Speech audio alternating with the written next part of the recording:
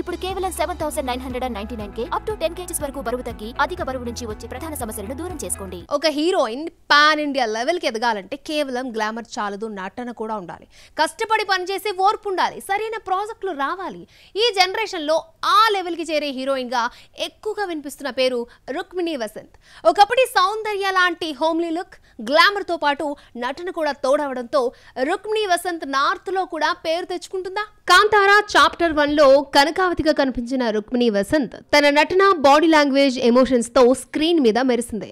ఆ ప్రెజెన్స్ చూసిన తర్వాత ఈ అమ్మాయి చాలా దూరం వెళ్తుందని క్రిటిక్స్ చెబుతున్నారు. అప్పటి వరకు 2-3 సినిమాలు చేసినా పెద్దగా గుర్తింపు తెచ్చుకోని రుక్మిణి 2023లో వచ్చిన సప్తసాగర దాచేయిల్లో నుంచి కన్నడలో బిజీగా మారింది. 2024లో అప్పుడో ఇప్పుడో ఎప్పుడోతో తెలుగులోకి ఎంటర్ అయింది. అటు తమిళ్లోనూ ఏస్, మద్రాసి సినిమాలతో అక్కడి ఆడియన్స్ ని కూడా పలకరించింది. జయాపజయాలతో సంబంధం లేకుండా క్రేజీ ఆఫర్స్ ని దక్కించుకుంది. ఇప్పుడు కన్నడ సూపర్ స్టార్ యష్ తో వస్తున్న టాక్సిక్ సినిమాలో హీరోయిన్ గా నటిస్తోంది. కన్నడతో పాటు ఇంగ్లీష్ లో కూడా తెరకెక్కుతోంది సినిమా. ఇక లేటెస్ట్ గా ఎన్టీఆర్, ప్రశాంత్ నీల్ కాంబినేషన్ లో వస్తున్న డ్రాగన్ సినిమాలో హీరోయిన్ గా రుక్మిణి పేరు కన్ఫర్మ్ చేశారు మేకర్స్.